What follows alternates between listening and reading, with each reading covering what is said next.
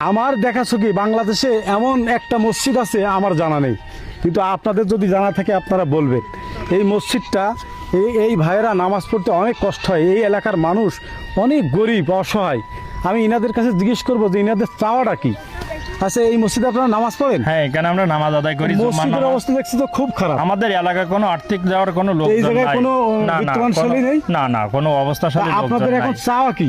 আমাদের চাওয়া আছে এই মসজিদটা যেন আরো উন্নত হয়, আমরা তাদের জন্য দাওয়া করব এবং উন্নত করি, যেন তারা একটু মসজিদটা নির্মাণ করার জন্য আর্থিক কিছু সাহায্য দেয়। তা আপনি দেশবাসীর উদ্দেশ্যে আপনিও কি বলতে চান? কি যে আমাদের কিছু সাহায্য করলে আমার মসজিদটা যদি ভালো হয় তাহলে আমরা একটু নামাজ পড়তে পারবো। এইটাই আমাদের চাকরিজীবী কেউ নেই, সব গরিব মানুষ চাষবাস করে খায়, এখন সেইটাই আমাদের দাবি।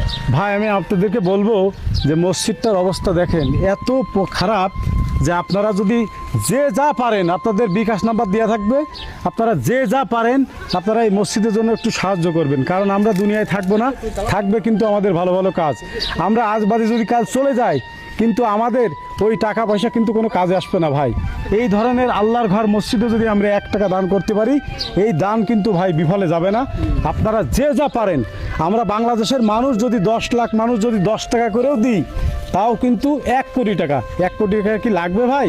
এজন্য আপনারা যে যা পারবেন বিকাশ নাম্বার দেওয়া থাকবে, আপনারা সাহায্য করবেন।